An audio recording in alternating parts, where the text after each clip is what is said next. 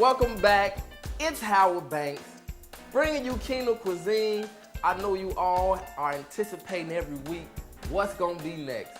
Well, I got something that you're all going to love. That's right, we're taking a trip all the way down to the French Quarters, and we're gonna have gumbo. Not just gumbo, not your mama's gumbo, not even grandma's gumbo.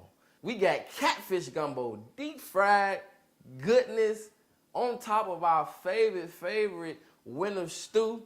And we're gonna make this thing so delectable and so delicious, guaranteed to get your appetite rolling. You're gonna wanna take this thing and do it right now. So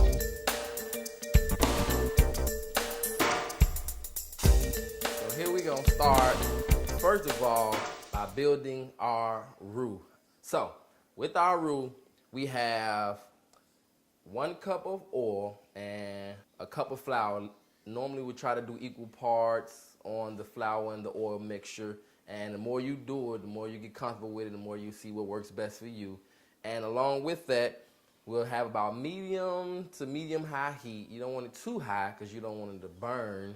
When you get that color that you're looking for, you want to add your stock to that. We have roughly about 2 to 3 quarts of stock, which would be ample amount to be thickened by that 1 cup of flour, 1 cup of oil would perfectly thicken a couple quarts of chicken stock. And from there, we got your veggies. We got our bell pepper, we got our onion, we got our green onions, which we will use the bottom half to go inside the gumbo, and the top half we can use for a garnish, add some good flair and flavor at the end. And we got 3 stalks of celery. We're gonna dice up our veggies, saute our veggies, and make sure it all works together with your gumbo. We got diced tomatoes, about a 12-ounce can, Hunt's, steam peeled. Hunt's, you owe me one for that. And okra, which has been cut. You definitely want to go with good okra. It adds such wonderful depth of flavor. And you don't want to add your okra too long or too early. You definitely want to add it 5 to 10 minutes out before your roux is done and before your gumbo is completed, because the okra doesn't take that long to cook at all. So you want to add that towards the end. And I want to say about a good hour to 2 hours, however long it takes to develop that flavor and cook out that flour taste, is how long you want to let all your ingredients cook in your gumbo. Again, adding your okra towards the end. And we have a plethora of, what I would say, of different herbs here. You can omit the rosemary and the parsley. Is something that I had that I like to use. I like to keep fresh herbs around. But we have bay leaves, is definitely a must for your gumbo. 2 bay leaves is good enough to flavor this amount of gumbo that we have. And I got some parsley, some fresh thyme. You can easily use dried thyme if you don't want to use fresh thyme.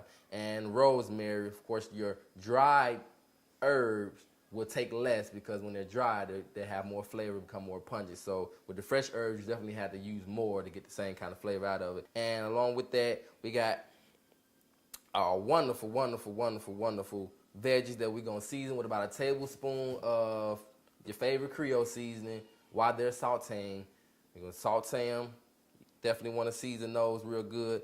And last but definitely not least, our catfish. I have a seasoned breader that I season myself. I have about 2 cups of cornmeal and about a half a cup of flour and about 3 tablespoons of your favorite Creole seasoning. And the reason why I stuck with 3 is because your cornmeal is already gonna have a little salt in it also, so you don't want it to be too salty. All right, and we added the flour to give a good, good balance and good texture. And we're just gonna take some good old French bread. We're gonna cut it up and grill it. It's gonna be good. Everybody likes some kind of cracker or bread with their soup. And from there, it's gonna be perfect, just the way you like it.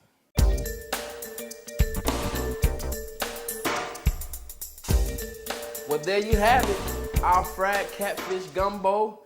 It looks good, but it tastes even better, I promise. We take this classic, we put a flair on it, and you get this awesomeness. You look at our French bread, we take it and we char grilled it a little bit for a little texture.